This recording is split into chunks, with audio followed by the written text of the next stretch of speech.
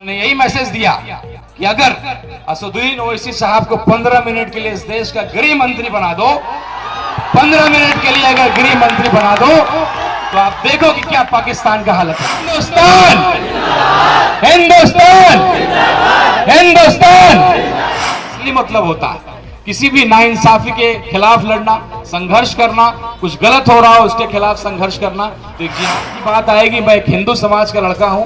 जब मैं अपने मंदिर में, मैं हिंदू होकर के जब मैं अपने मंदिर में किसी को कबूल नहीं करूंगा, किसी मुस्लिम भाई को, तो मैं कैसे अपने मुसलमान भाइयों के जमीन पे और वक्फ पे कहूंगा कि आप हिंदुओं को रखिए।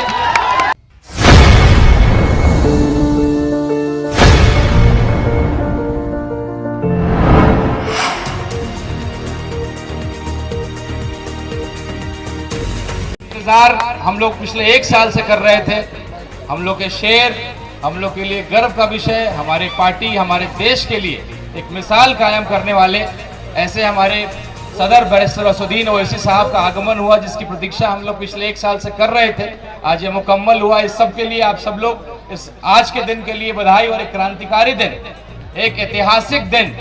हर पार्टी के लोग, हर इलाके के लोग, बड़े बड़े नेताओं, चूंकि चुनाव भी सर पे है, ये चर्चा का विषय बना हुआ है कि ढाका में जो जलसा होने वाला है इसके बाद क्या होगा, इसके अगल बगल जो विधानसभा है उसका समीकरण क्या बनने जा रहा है, इसकी चर्चा हर चौक चौराहे पे हो रही है। एक मैं आपसे आग्रह करना चाहता हूं, कुछ साल पहले आपके एक सांसद थी जिन्होंने कहा था कि ढाका मिनी पाकिस्तान है, आप सबको याद होगा। तो मैं ये चाहता हूं कि वो सांसद या उन सांसद के जो लोग हैं उन तक ये आवाज जाए, जितना एक एक हिंदू यहाँ का हिंदुस्तानी है, इस देश भक्ति का जो है एक मुजाहरा हम लोग पेश करें। मैं हिंदुस्तान कहूंगा, आप जिंदाबाद करेंगे। कोई भारत माता की जय कहता है, कोई हिंदुस्तान जिंदाबाद करता है, कोई अपने अंदाज में अपने देशभक्ति को अपने सामने पेश करता है। सबका अंदाज अलग है, लेकिन देशभक्ति वही है। तो मैं एक बार ढाका के आवाम से आग्रह करता हूँ कि मैं हिंदुस्तान कहूंगा, आप जिंदाबाद करेंगे। और ये गिनती जो है हम लोग गिनने का प्रयास करेंगे, कितने लोग हम लोग उपस्थित हैं। आप लोग तैयार हैं? उस सांसद को जवाब देने के लिए तैयार है जिसने कहा था कि ढाका मिनी पाकिस्तान है? हिंदुस्तान हिंदुस्तान हिंदुस्तान। हमारे अपने भी मसले हैं। आज हम तिरंगा लेकर के आए हैं, 2 दिन पहले हम काला झंडा लेकर के आए थे।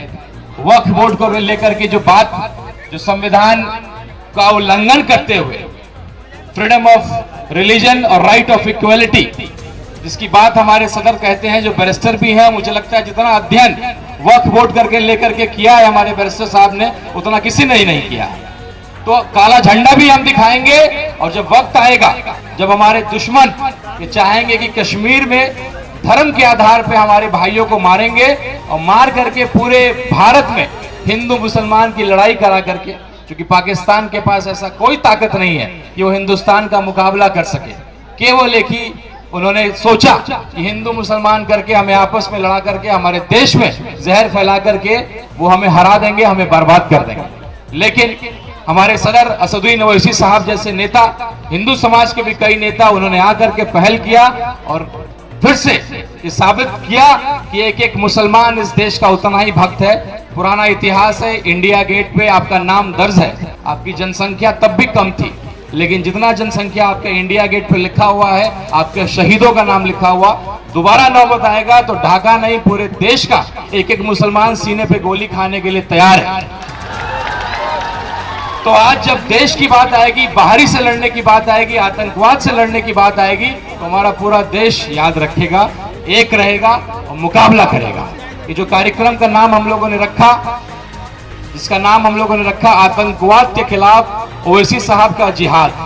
जिहाद शब्द एक उर्दू का बड़ा खूबसूरत शब्द है, जिसको हम अक्सर लोग गलत तरीके से इंटरप्रेट करते हैं।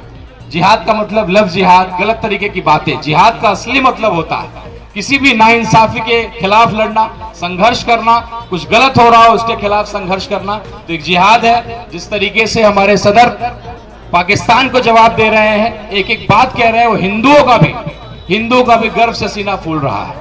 वक्फ बोर्ड की बात आएगी। मैं एक हिंदू समाज का लड़का हूं। जब मैं अपने मंदिर में, मैं हिंदू होकर के जब मैं अपने मंदिर में किसी को कबूल नहीं करूंगा, किसी मुस्लिम भाई को, तो मैं कैसे अपने मुसलमान भाइयों के जमीन पे और वक्फ पे कहूंगा कि आप हिंदुओं को रखिए। बिल्कुल नाइंसाफी है।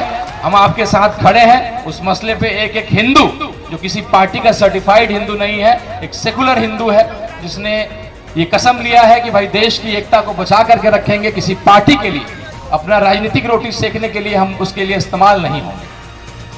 मैं चुनाव लड़ा लोकसभा का, आप सबका मुझे बहुत साथ मिला। मैं 20 दिनों में टिकट लेकर के आया। आपके सामने मैंने हमेशा इस बात को रखने का प्रयास किया।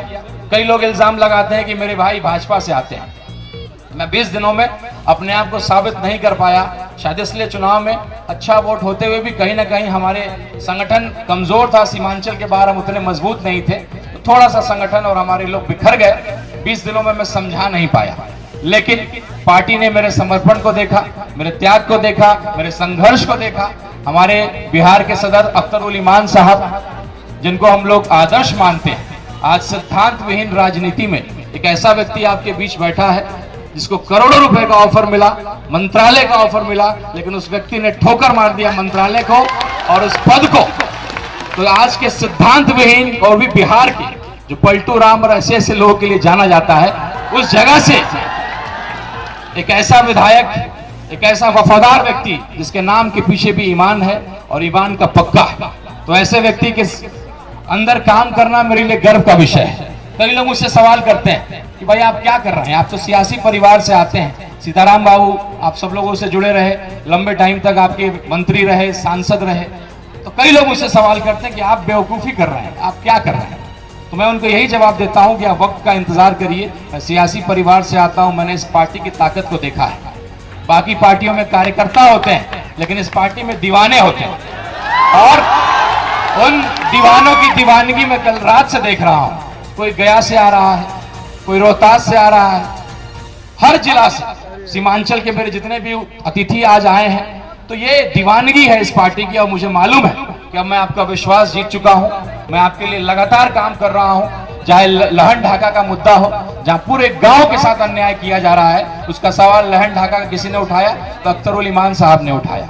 एक दलित के बेटे को बिजली विभाग ने प्रताड़ित करके उसका सुसाइड करा दिया, उसका मर्डर हो गया गलत बिजली बिल वसूलने के क्रम में, उसका सवाल किसने उठाया? अख्तर उल ईमान साहब ने उठाया।